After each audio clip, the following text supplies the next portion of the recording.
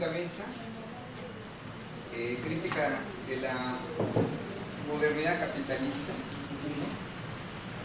Hoy no sé qué le pusieron, porque no hay dos. Sí, ¿hay dos? Para mañana. Mañana. Pues crítica de la modernidad capitalista, que ya en la mesa anterior ya se anunciaban algunos puntos justamente sobre la modernidad capitalista. Y a mí me parece, yo fui alumno de Bolívar Echeverría, casi recién vuelto a México, su llegada a México, y debo decirles que en el conjunto de profesores que teníamos a finales de los años 70, principios de los años 80 del siglo pasado, Bolívar se distinguía por varias cosas. Uno, por su claridad expositiva, era muy claro en lo que quería decir, pero también en una innovación que para aquellos años apenas se empezaba a construir acerca de una lectura, digamos, mucho más amplia del marxismo, especialmente el Capital. Hay que recordar que Bolívar había hecho como tesis de maestría una traducción y una serie de acotaciones a las famosas 11 tesis de Marx sobre Feuerbach. Y en ese tenor, pues teníamos al alcance un maestro que tenía un amplio dominio, no solamente del alemán, sino que conocía la obra directa de Marx en alemán. Pero también nos abrió la perspectiva a una suerte de semiología que por aquellos años apenas se empezaba a intentar en algunos lugares en la Unión Soviética, en algunos lugares en Checoslovaquia, es decir, algunos autores en la Unión Soviética, otros en Checoslovaquia.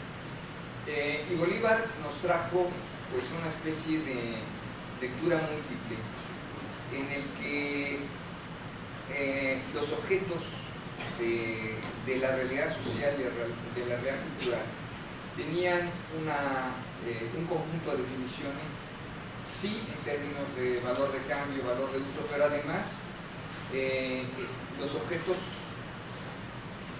tienen una significación en términos de cultura. Y para aquellos años empezamos a conocer la obra de Voroshilov sobre estas cuestiones de semiología. Apenas había un interés en algunos sectores de la izquierda, en Walter Benjamin, y sobre todo había un cierto horizonte de la primera generación de la escuela de Frankfurt. Entonces Bolívar nos dotó de instrumentos conceptuales, yo diría fundamentales, para entender esto de lo que vamos a hablar hoy, de la modernidad capitalista. Y pues yo quiero empezar con Jorge Veraza, quien ha puesto un título amplio que ha titulado su trabajo, que nos va a presentar, La unificación praxeológica de la economía, la política y la cultura, uno de los aportes decisivos de Bolívar Echeverría para la reconstrucción del marxismo. Jorge. Sí, muchas gracias. Pues estoy muy contento de que celebremos hoy la memoria de Bolívar Echeverría, de sus grandes aportes al marxismo, a la revolución, a los pueblos de América, a la humanidad, etc. Y bueno, pues simplemente paso a exponer un núcleo de sumo interés de su pensamiento.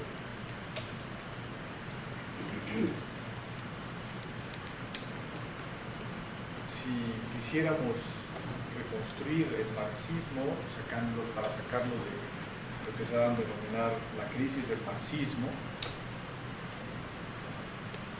iniciada a partir de 1899 con la publicación del libro de Edward Bernstein sobre las tareas y perspectivas de la socialdemocracia, y ahora en el siglo XXI intentáramos, decía yo, reconstruir el marxismo, tendríamos que resolver varios problemas, pero uno decisivo es el de la relación entre la base económica de la sociedad y su superestructura o sobreestructura jurídica, ideológica, política. Esta relación, poco explicitada en su mecánica o en su dialéctica por parte de Marx, fue ampliamente o profusamente dogmatizada por el marxismo soviético, especialmente en su vertiente stalinista.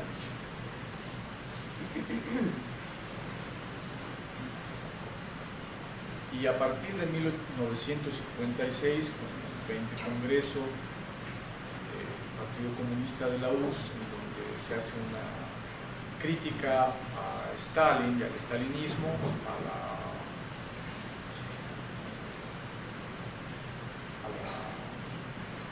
a la exaltación casi monstruosa de la personalidad, a esta divinización de la personalidad de Stalin, pero en sentido positivo se invita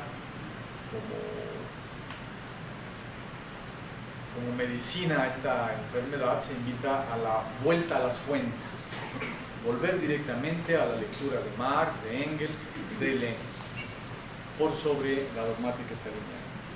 Bueno, a partir de entonces se hacen diversos intentos para establecer la relación entre base y sobreestructura de manera no mecánica, sino tratar de dialectizar esta relación entre los aspectos espirituales de la sociedad, por así decirlo, y los aspectos materiales.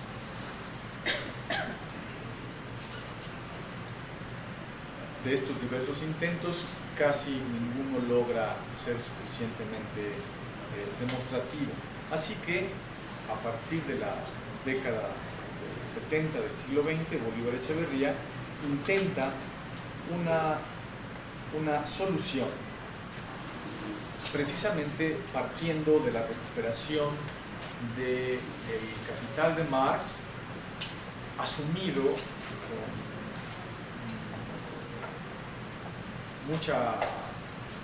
con mucho subrayamiento, en acuerdo a su subtítulo como Crítica de la Economía Política.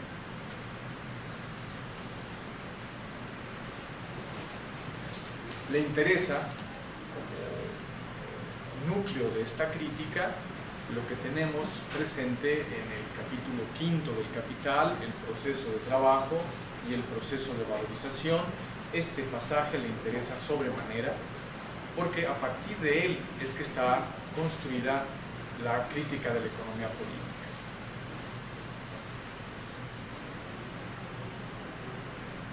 En la distinción de una estructura transhistórica del proceso de trabajo humano que el capitalismo hereda, pero a la cual configura de manera histórico-concreta como proceso de valorización. Así que un proceso humano antropológicamente afirmativo, como es el proceso de trabajo, en donde se demuestra la capacidad de transformación de la naturaleza por parte de los seres humanos y de su propia naturaleza, el capitalismo la reformula, la refuncionaliza o la configura de modo peculiar y de esta manera puede lograr más bien explotar plusvalor al trabajador. Así que desde el plano positivo, afirmativo del proceso de trabajo, se puede hacer la crítica al proceso de valorización del valor, al capital propiamente dicho, por cuanto que es un proceso negativo, enajenador, explotador de la clase obrera.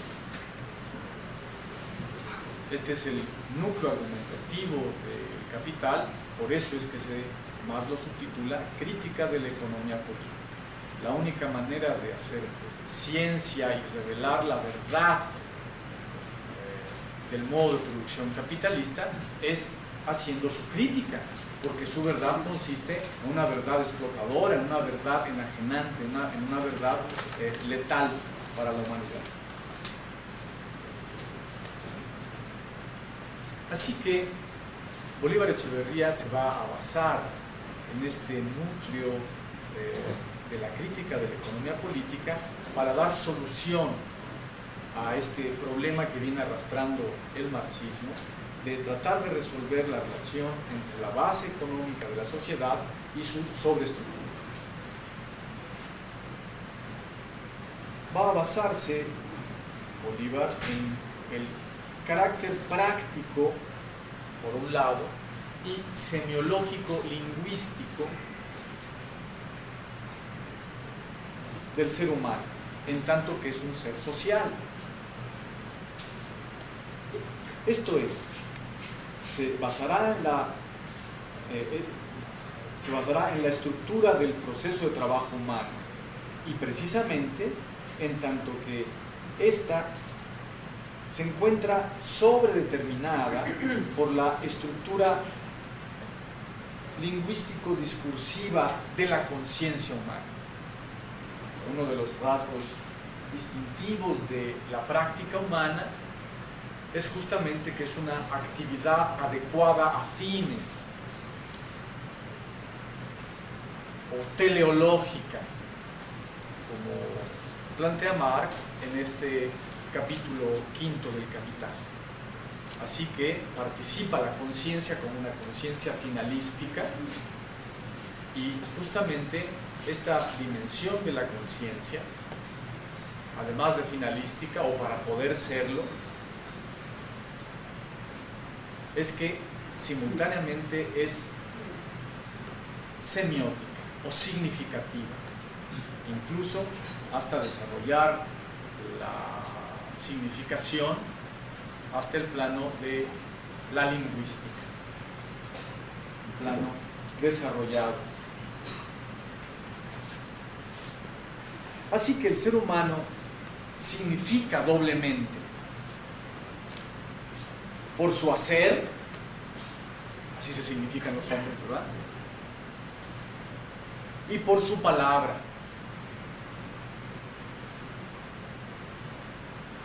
Y este doble significado no es otra cosa en su totalidad, sino la creación de un mundo humano.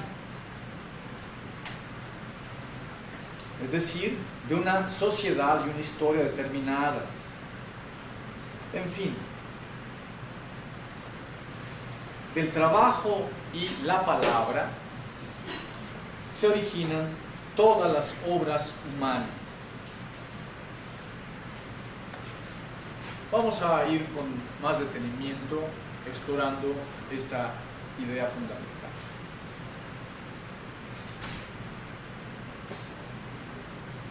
Al interior de lo que Marx denomina forma natural del producto del trabajo, como es el valor de uso, y que esta idea puede desarrollarse, como lo explicitó Bolívar Echeverría, justamente como forma natural de la reproducción social o estructura transhistórica, dialéctica, reproductiva de la sociedad,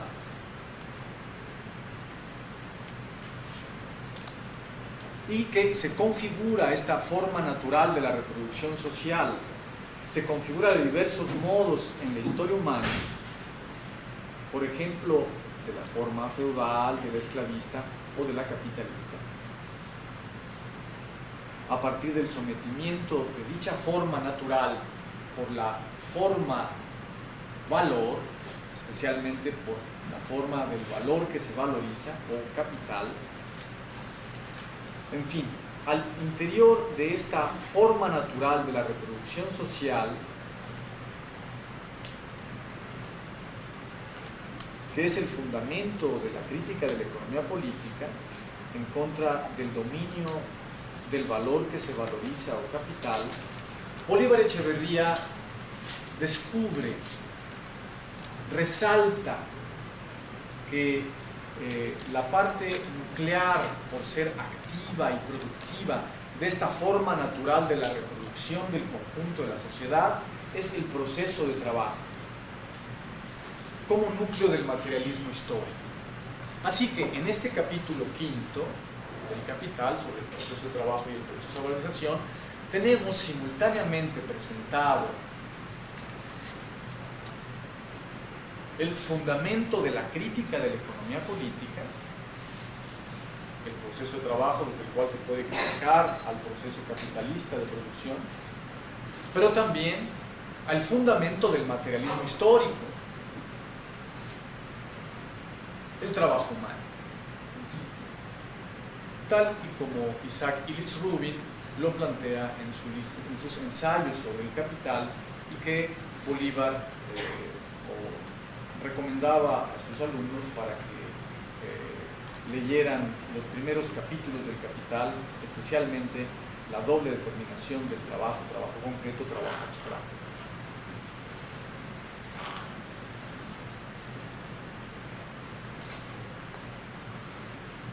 Por un lado, tenemos que el proceso de trabajo se nos muestra como una actividad adecuada a fines, y el fin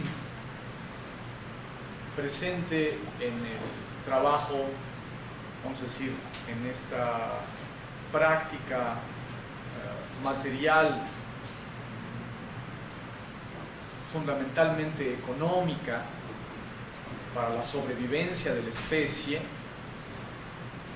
esta finalidad que se muestra en el proceso de trabajo es una actividad encaminada a satisfacer necesidades concretas.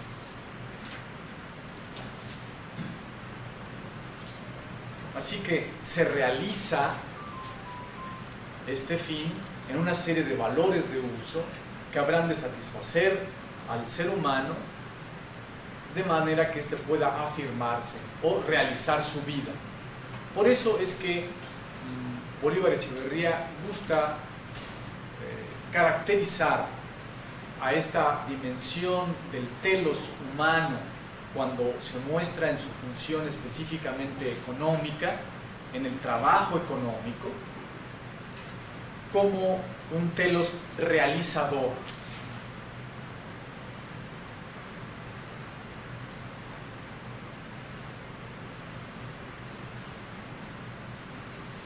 Es importante esta distinción. Ojo, no dije solo caracterización.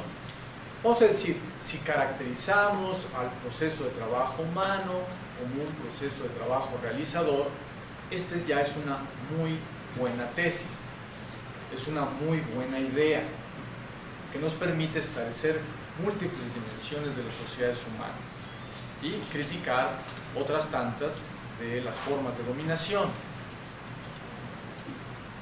Pero si además de caracterizar así al telos humano presente en el proceso de trabajo, lo establecemos como una distinción,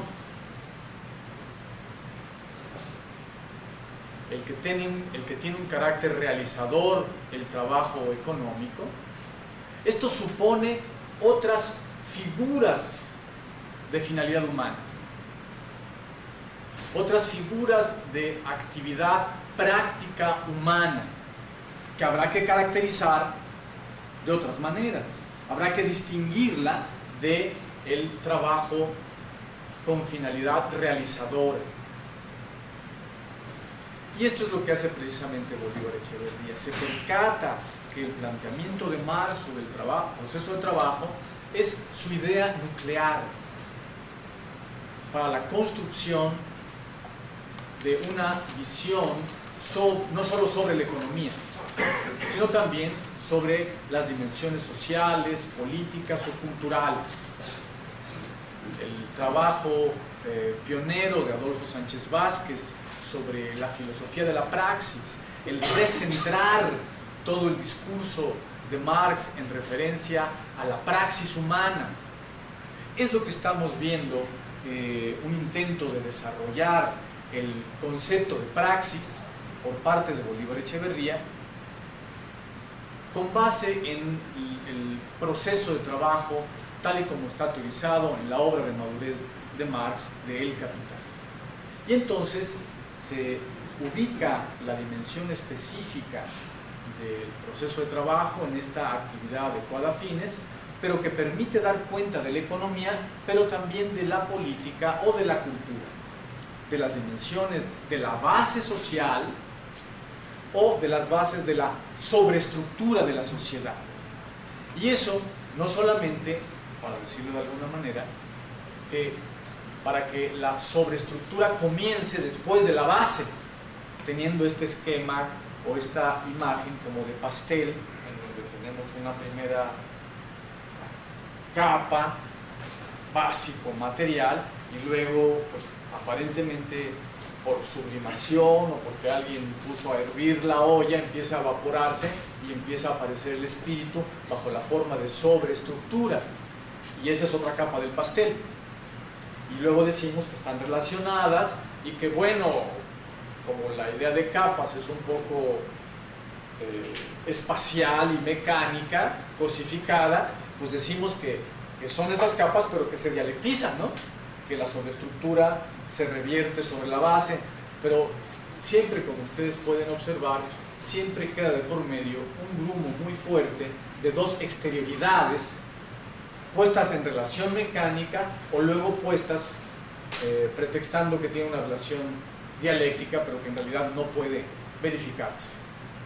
Entonces, Bolívar Echeverría encuentra otra vía para resolver el problema de la relación entre base y sobreestructura y la composición del conjunto de la sociedad a partir del proceso de trabajo. Si nos fijamos en el tipo de trabajo, podemos dar cuenta de la economía, podemos dar cuenta de la política o podemos dar cuenta de la cultura.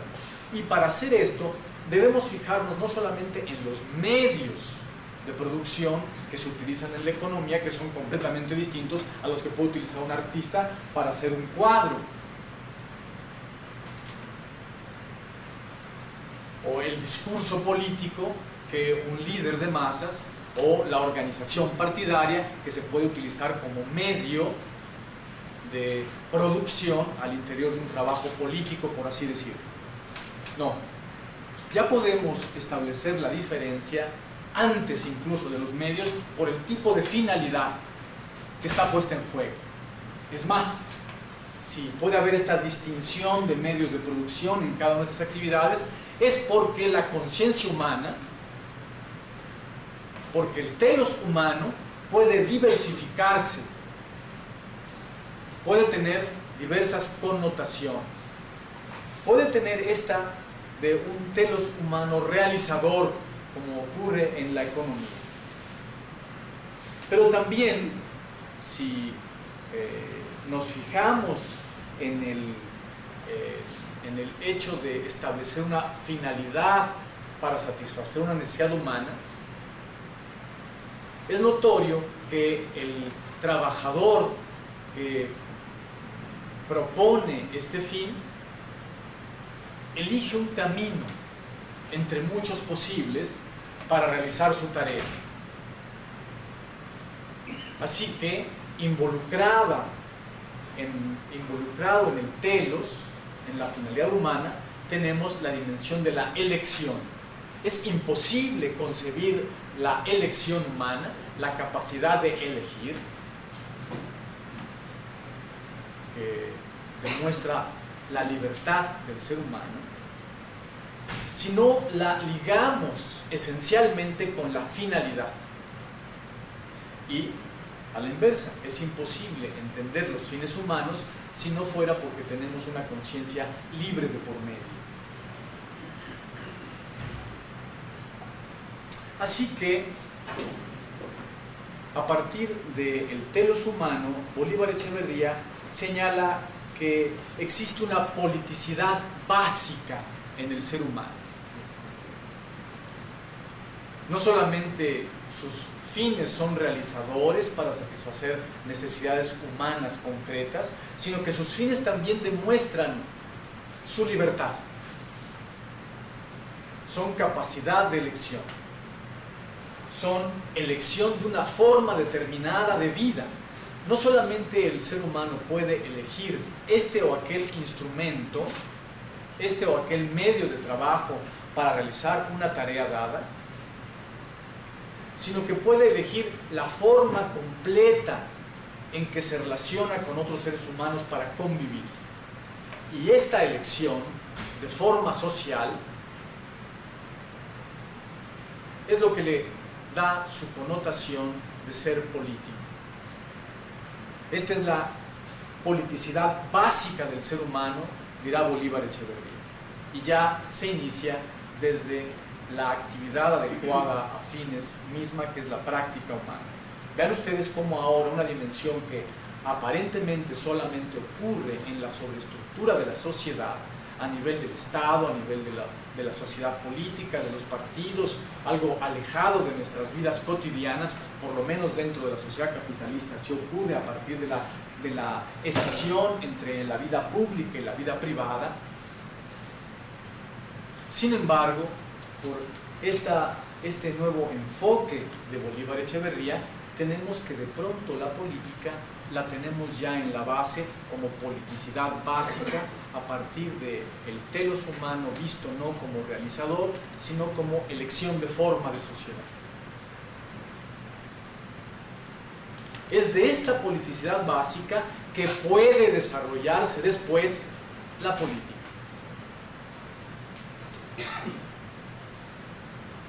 Pero ya desde la vida cotidiana, desde sus dimensiones más básicas, los seres humanos ya presentan la capacidad de elegir su modo de vida, su modo de convivencia con otros. Ya pueden establecer un sí o un no quiero esto, basta de esta forma de vida. No hay que esperar a que los políticos los escuchen, sino que todo ser humano ya contiene una dimensión política mucho más radical que la de los así llamados políticos. De manera análoga, Bolívar Echeverría encuentra en el telos humano, que por un lado es, como decíamos, una finalidad realizadora, por otro lado involucra la elección de forma social, pero ojo, si elige, no elige en el vacío, sino elige una forma determinada, un modo de ser con contorno definido. Por tanto, el telos humano, la actividad adecuada a fines, la praxis humana, no solamente es un ejercicio de libre elección, sino que también, para poder ser ejercicio de libre elección, y entonces tiene que postular un fin, proponerse como un proyecto, tiene que dar forma. Es una actividad dadora de forma. Pero en la medida que es dadora de forma, forma los objetos sociales, forma los objetos de uso, forma los objetos, les imprime una forma, un estilo definido a cada objeto de la vida cotidiana, o cultiva los objetos. La manera en que en alemán se dice cultura es Bildung. es la formación, un modo de construirte. Entonces es un cultivar, pero el cultivar implica un formar. No podemos formar si no podemos dar forma, y no podemos dar forma si no la elegimos, y solo la podemos elegir si la proponemos. Entonces hay una correlación entre el telos, la elección, y la dación de forma, dice Bolívar Echeverría, que nos permite entender el carácter cultural básico también de los seres humanos. Los seres humanos no simplemente primero comen y después de que ya están con la barriga llena, dicen, bueno, ¿por qué no platicamos un poco y podemos desplegar el espíritu de hacer cultura? Claro que si hay tiempo para hacerlo es mejor, ¿verdad? Y si la barriga ya está llena, pues se hará de mejor modo. Pero básicamente los seres humanos, incluso antes de comer, ya son seres culturales. Incluso antes de comer, ya son seres políticos. Así que, incluso cuando llegan al proceso de trabajo en vista de satisfacer una necesidad, es porque han elegido políticamente el modo de convivencia y han establecido una cierta dación de forma respecto de la naturaleza que están transformando. Así que ahora tenemos en la base misma de la sociedad, no solamente a la economía, sino a la política y a la cultura en sus dimensiones básicas y radicales, a partir de las cuales los seres humanos pueden autogestionar su vida en comunidad.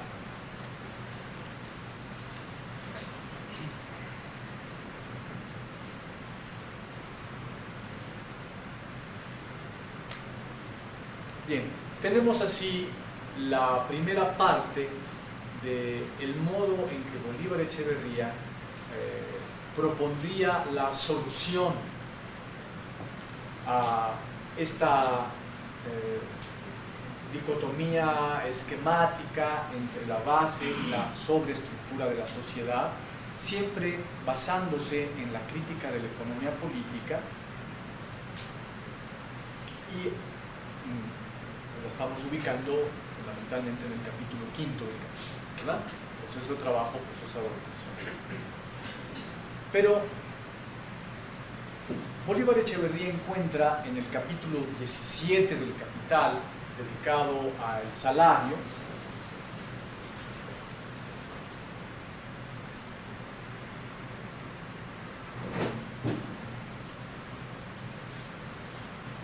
encuentra un concepto decisivo de Marx, propiamente del materialismo histórico, y que Marx ha sabido introducir en este pasaje de la crítica de la economía política. Dice Marx que hay unas significaciones espontáneas del modo de producción. Ojo, no se trata de que los hombres en el modo de producción capitalista simplemente producen mercancías, plusvalor, etc. Y luego se ponen a platicar, a comunicar, a significar. Por ejemplo, empiezan a significar la ideología de la igualdad o la ideología del progreso. Qué bien nos está yendo, la empresa va, etc. O estos obreros huevones, ya sabes cómo son. No. Además de que existen este tipo de argumentaciones ulteriores, dice Marx, existen unas significaciones espontáneas del modo de producción. O sea que están directamente ligadas al producir, al acto de producir.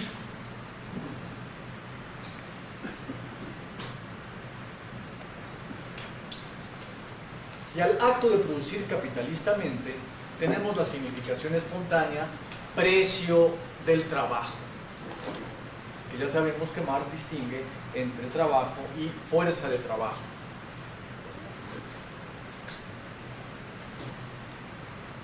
Para poder dar cuenta de la explotación de plusvalor. Pues bien, después de haber resuelto Marx este problema, entra en el capítulo 17 a tratar directamente del salario, el pago al trabajo del obrero. No, se está pagando el valor de la fuerza de trabajo. pero la significación espontánea del modo de producción capitalista es que se paga el precio del trabajo. Y así se produce una equivocación y un encubrimiento del hecho de la explotación, que sirve tanto para el capitalista como para el obrero, para que vivan dentro de esta forma transfigurada del valor de la fuerza de trabajo. Pero ahora tenemos inscrita directamente en el modo de producción un hecho comunicativo, semiótico, lingüístico incluso. Y esto es de sumo interés para Bolívar Echeverría en vista de tratar de reconstruir el pensamiento de Marx para dar cuenta del conjunto de la sociedad a partir del trabajo, como es la idea que viene desde los manuscritos de 1844 y que ahora en el Capital tiene ya muy bien articulado los conceptos de producción, de medio de producción, capital variable, constante, etcétera, etcétera. Pero ojo, también el modo en que la comunicación humana se liga, es intrínseca a la praxis humana. Tenemos aquí entonces esta significación espontánea del modo de producción. Así que junto con el telos realizador, la elección de forma o politicidad básica del ser humano y su capacidad de dar forma, la dación de forma a los objetos para cultivarlos, para la cultura básica del ser humano.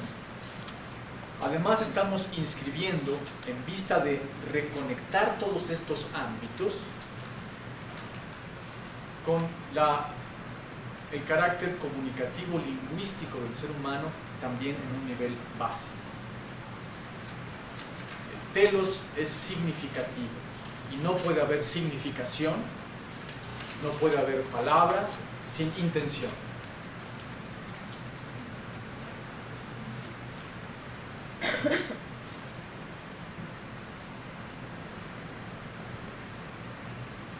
De tal manera que estas significaciones espontáneas del modo de producción luego son reelaboradas por otros niveles de practicidad de la sociedad, en donde nuevas capacidades antropológicas humanas se actualizan y que son correlativas a la praxis, tales como la economía, la política, la cultura. Son diversas actividades prácticas simbólicas. Siempre está participando la conciencia en el trabajo económico, en el trabajo político o en el trabajo cultural. Y en ese sentido también se involucran dimensiones simbólicas y semióticas, o la práctica humana siempre está lingüísticamente o semióticamente informada. De suerte que la lingüística, en tanto ciencia social, permite aclarar el carácter significativo o postulante específico de todas estas dimensiones prácticas. Una vez como telos realizador, otra vez como una elección de forma social y otra vez como una dación de forma que construye cultura. Le sirve a Bolívar Echeverría en estos esclarecimientos de la crítica de la economía política, en estos conceptos que están presentes en el Capital, pero que durante mucho tiempo pasaron desapercibidos.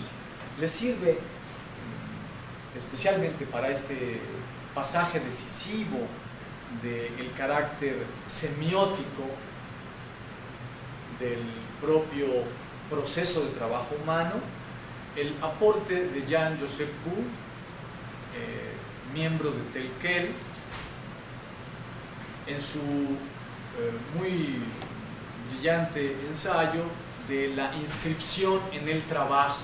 Se titula el ensayo de Jean-Joseph Coué, y en donde señala cómo desde el trazo, una inscripción en una roca, para retrotraernos, si quieren ustedes, a las cuevas de Altamira, tener una imagen, una noción de un ser humano primitivo. En esta inscripción, que obligadamente involucra una transformación material de la naturaleza, se está incluyendo una dimensión semiótica o significativa. De esta manera se vincula la lingüística con el materialismo histórico, se vincula la lingüística con el proceso de trabajo, con el carácter práctico, transformador de los seres humanos. Bien, este sería en términos generales lo que yo quería platicarles, recordando las enseñanzas de Bolívar Echeverría, y solamente me resta concluir ilustrándoles el modo en que esto se muestra en su libro Definición de la Cultura, en el índice del mismo, para que ustedes, pues, si les interesa, puedan consultar este libro y de alguna manera pues ya sepan cómo está construido en general, en vista de profundizar en la lectura.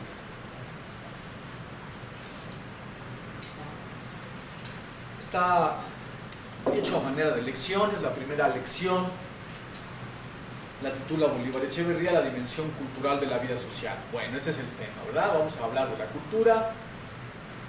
Es una lección introductoria. Pero bueno, ya después de introducirnos, la lección segunda se titula La producción como realización. Este es el punto decisivo por el cual comenzamos el día de hoy. El trabajo en su sentido económico y cómo Bolívar Echeverría lo denomina producción realizadora, y el telos como un telos realizador de estos fines humanos para satisfacer necesidades humanas que permiten la sobrevivencia. Y de inmediato en la lección tercera tenemos ya el título de producir y significar, es decir, cómo están vinculadas la producción por un lado y por otro lado la significación, semiosis e incluso la lingüística. El trabajo humano enajenado bajo el capitalismo se nos muestra como un trabajo mudo, conformista, sometido. Por eso no parece que el trabajo mismo habla. En todo caso, el obrero no propone la finalidad en la fábrica, le es una finalidad impuesta, de suerte que su trabajo, su propio telos queda silenciado. Esto es lo que posibilita que los diversos investigadores pues luego digan, no, pues el trabajo y la lingüística, pues uno está por allá y otro está por acá. Pero si podemos criticar adecuadamente el sometimiento capitalista del trabajo, observamos al trabajo liberado de esta anulación de su conciencia, de esta anulación de su telos, y entonces lo vemos inmediatamente como un producir significativo. Un hombre que trabaja en algo te significa algo. Ay, mira, te regalé, yo te hice ¿cómo se llama? Esta pulserita de hilo. Bueno, aunque sea una labor kitsch, bueno, ya nos está mostrando que el trabajo humano, incluso en la sociedad más alienada de la historia, es un significado. La lección cuarta, después de que ya puede plantear la unidad entre producir y significar, Bolívar Echeverría ya puede dar cuenta de la lección cuarta, decía, de la concreción de lo humano.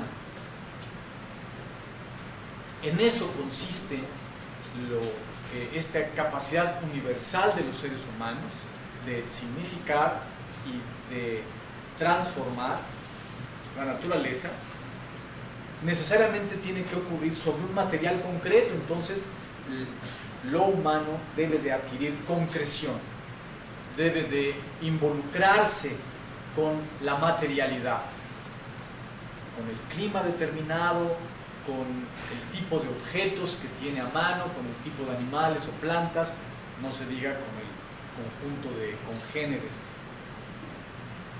así aclimatados. Hace una digresión que la titula la transnaturalización, porque esta concreción que adquiere el ser humano en tanto ser genérico implica un